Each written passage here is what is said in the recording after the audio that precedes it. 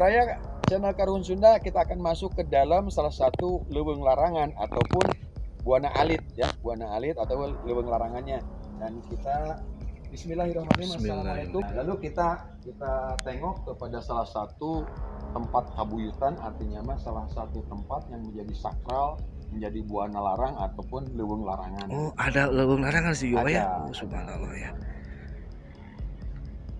Jadi selain Makbaro juga di sini ada peninggalan beliau bernama Hutan Larangan, yang dimana di Hutan Larangan itu ada Cai Kahuripan ya, Pak? Apa namanya, Pak? Namanya? Kahuripan, dan ada benda-benda sejarah. Benda-benda sejarah. Yang berbentuk tadi peradaban batu.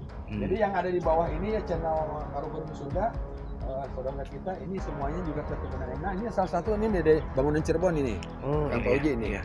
Karena beda ini ya, saudaranya beliau. Nah, karena beliau pun dulu pernah menjabat adipati di Cirebon. Nah, ini bangunan Cirebon yang tidak boleh dirubah.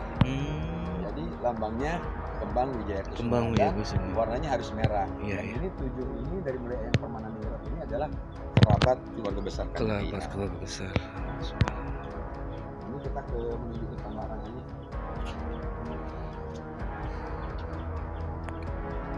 Maaf, berantakan dulu disamping. Untuk juru pelihara di sini berapa orang, Pak?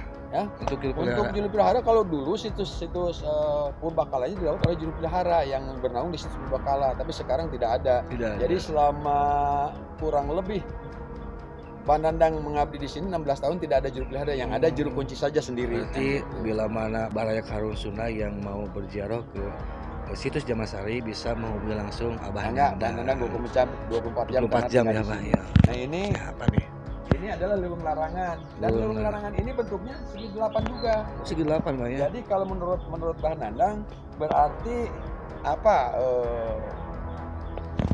Salah satu bangunan ini artinya mencontoh dari awalnya ini kan ya, Pak ya. Makanya disejarkan nggak makan yang eyang. Ya, jadi di sini di samping Makbaro Eyang, di samping kabuyutannya gitu, sejajar ya kabuyutannya. Ada Hutan Larangan. Ini di dalamnya ada peninggalan dulu, banyak banget peninggalan yang purbakala gitu. Sebagiannya sudah disimpan di museum, dan ini bangunan museum yang awal. Tapi kebijakan pengelola Yayasan Kusuma Diningrat oleh keluarganya, akhirnya barang-barang peninggalan Kanjeng Eyang termasuk barang-barang purbakala yang menjadi catatan sejarah arkeologi purbakalanya dipindahkan di museum, namanya Museum Selagangga.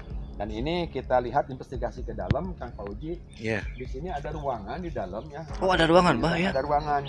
Jadi kalau orang tua dulu bertapa, bermunajat kepada Sang Hyang Tunggal, artinya memohon kepada Sang Semesta Alam, pemilik semesta alam, artinya tidak terhalangi bangunan. Nah, jadi kalau bahasa kerennya sekarang itu tempat iktikaf berkholwat.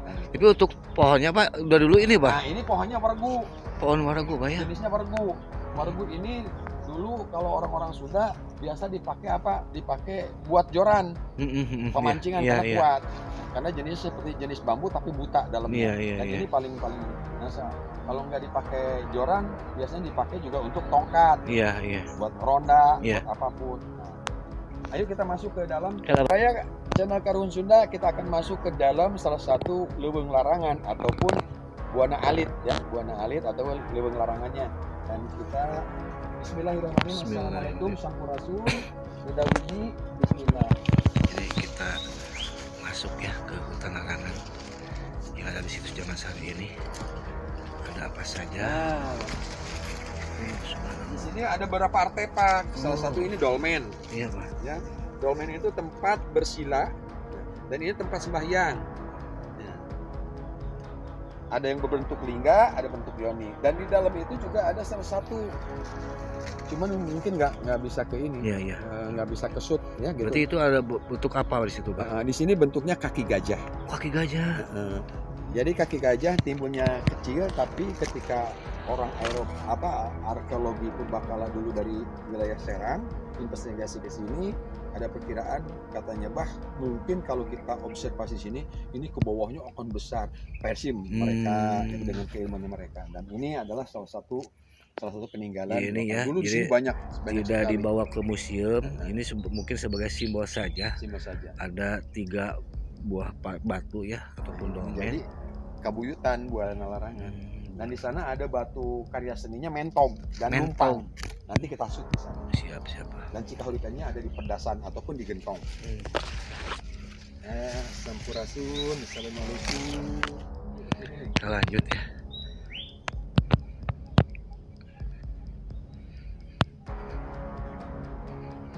Nah ini air pedasannya. Biasanya para pengunjung ziarah ataupun orang-orang suka mengambil cai kahuripan. Nah, cai kahuripan itu identik dengan falsafah ya. Ini ada sumurnya nggak, Bah? Nggak ada sumurnya? Nggak ada. Nah, nggak ada. Jadi airnya dari gentong ya di sini ya? Airnya di gentong. Dan ini ada lumpang juga di sini. Nah ini lumpang. Oh iya, lumpang peninggalan zaman dulu. Dan ini adalah satu karya purbakala yang berbentuk batu mentog. Batu itu batu entog lahnya, cek bahasa nama. Nah ini. Dulunya dipakai untuk apa, Pak? Nah, kalau prinsip orang kita dulu kan sampai ada apa bahasanya. Gerteangan tapak soang di awang-awang, kan gitunya. Gitu. Ini ya. Ini falsafahnya, artinya karya seni orang tua dulu di zaman kepurbaan. Inilah salah satu cikal bakal menjadi artefak situs yang dilindungi oleh undang-undang bala purbakala. Ya, jadi subhanallah ya. Sayang sih kalau dulu kita bisa publikasi tentang benda-benda sejarah yang ada di museum ini ya. Awal memang sesuai mandat. Jadi di sini di museum ini nggak ada barang apa-apa. Nggak ada, sekarang kosong. Ya. Kosong aja karena semua barangnya udah dipindahkan. Ke sana. Nah inilah namanya segi 8. Ya jadi di sini itu untuk simbolnya itu dengan angka 8 ya. Tadi sudah dijelaskan sama Abah Nanang makna filosofi daripada angka 8. Ya mohon doa juga bagi seluruh warga channel Karuhun Sunda. Doanya mudah-mudahan bangunan ini sudah bisa diobservasi, sudah bisa direnovasi karena itu sudah konstruksi bangunannya sudah tua. Ya. Rencananya kapan ada renovasi? Mudah-mudahan ya secepatnya. Karena Abah sebagai juru kunci sudah melaporkan kepada pengelola yayasan keluarga, mudah-mudahan secepatnya karena kasihan. Ini pun yang ada bangunan penahan ini setelah melihat kemiringan 25 derajat dulu, maka antisipasi untuk safety dibuatlah bangunan besi ini. Ini bangunan besi ini baru ya, bukan bawaannya. Iya. Bangunan bawahnya adalah semuanya konstruksinya adalah kayu jati. Nah seperti itu makam garwa-garwanya atau pemasyurinya. Lihat Kang Koji itu kan sudah miring ya. Oh iya, Pak ya itu ya. Miring. Kalau lebih dekat lagi miring. Sudah prihatin sebetulnya. Jadi bagi Baraya Karuhun Sunda yang supaya cepat-cepat direnovasi baik melihat video ini ataupun dari pengelola keluarganya.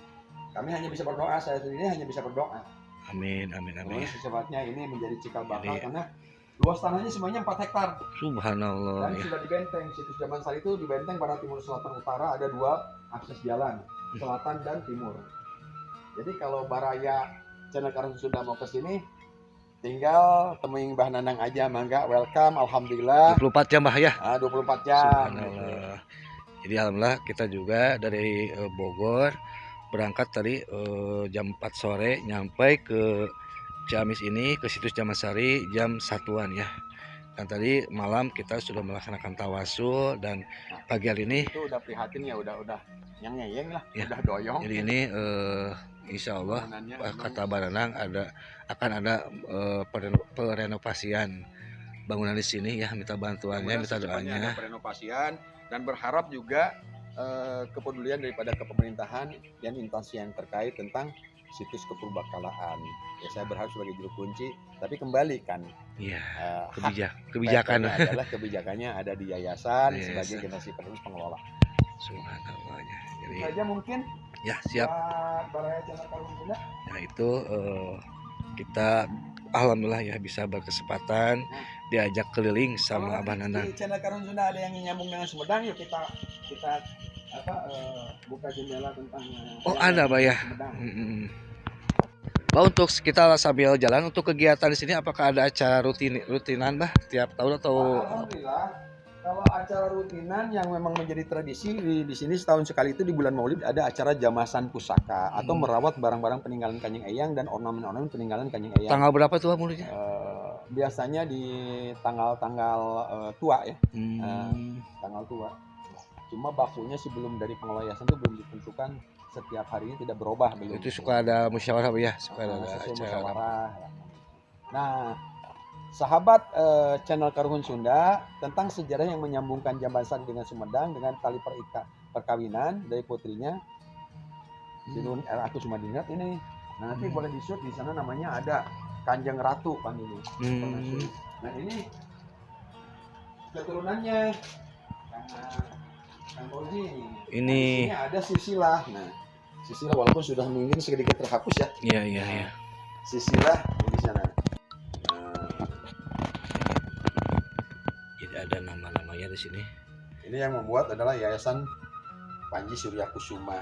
Jadi di sini ada beberapa nama kan namanya. Agak jelas ya. Cuman di sini sudah kurang jelas ya. Ada keterikatan ya, pertikahan. Jadi ada keluarga dari sini dengan Sumedang gitu kan. Nah, di sini kan ada Pangeran Arya Surya Adinata. Nah, ini Pangeran Sugi dan menikah dengan Nyi Raden Ayu Mustika Ningrat. Nah, Raden Ayu Mustika Ningrat ini putrinya Kanjeng Aku Sumadiningrat dari istrinya yang bermarga Chinese. Nah, itu Ayu Juwita Ningrat itu ya. Juwita Ningrat. Nah, inilah makbarohnya. Aduh, Masya Allah, banyak lalai kali ini.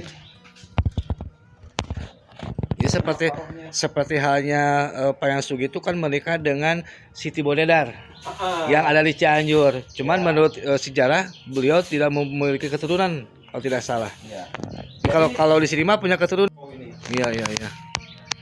Jadi di sini ya menginformasikan bagi Baraya Karuhun Sunda yang mungkin memiliki terah dari Kasumedangan, ternyata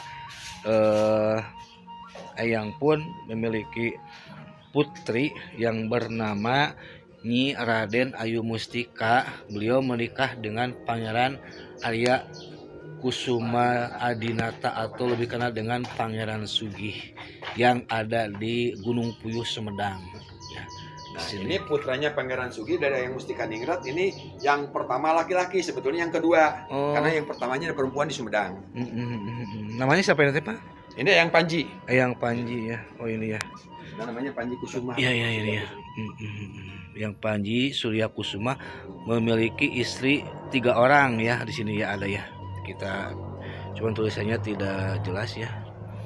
Jadi ini ya putra daripada Pangeran Sugih yang ada di situs Jamban Sari ini.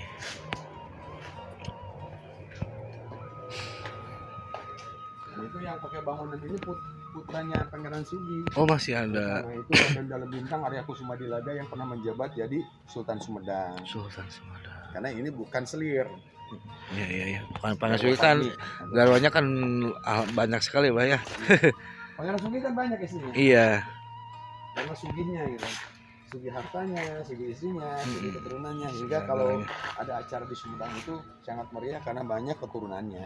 Ya, kayak seperti di Cianjur pun beliau mewakafkan tanah yang sebagian besar seperti halnya Masjid Agung Cianjur juga diwakafkan oleh istri daripada Pangeran Sugi, itu Ibu Siti Bodedar. Ya itu tadi, benang merah tidak akan terputus. Seperti adanya sejarah Sumedang itu kan berarti dengan lahirnya Pangeran Santri. Pangeran Santri dari mana coba? Dan semua sudah tahu. Maka keterikatan Cirebon, Sumedang hingga ke Galuh, karena Cirebon sendiri kan berasal daripada keturunan Galuh dan Pajajaran. Ya. Nanti akan bercerita tentang Eyang Pakuwati. Kalau Pajajaran udah jelas. Ada Cakrabuana, ya, ada Rara Santang Kian Santang atau bergelar Saripah Mudain. Itulah sejarah yang membuktikan bahwa kita tuh komplit dengan sejarah leluhur yang mewariskan khasanah adat istiadat dan budaya yang adiluhung dan benang merah yang tidak tertutup, yang tidak terputus, baik melalui perkawinan ke para pengagung, ada juga perkawinan kepada saudara-saudara yang memang tidak satu darah, hingga membuat sebuah bangsa dan kaum. Lahirlah bangsa Sunda yang kokoh, yang kuat dengan prinsip gitu. Mudah-mudahan ya ke depan kita ini sudah diberikan pepakem daripada leluhur. Jati diri Sunda bukan hanya ditulis di kaos, tetapi jati diri Sunda menjadi bagian salah satu kekuatan adat istiadat yang melahirkan budaya Sunda yang hebat. Sangat kagum sekali ya. Buka channel Karuhun Sunda. Terima kasih ya. Bertemu Kang Fauzi, semoga sukses. Amin. Terima kasih atas kunjungannya untuk menginvestigasi sejarah salah satu budaya kearifan lokal yang ada di Kabupaten Ciamis, salah satunya situs Jamban Sari ini. Terima kasih juga buat Abah Nandang selaku juru kunci di situs Jamban Sari ini. Kita doakan Abah Nandang sehat selalu, dimudahkan rezekinya dan terus mengabdi kepada leluhur kita ya. Karena kita sudah mendengarkan pemaparan beliau sangat luar biasa ya.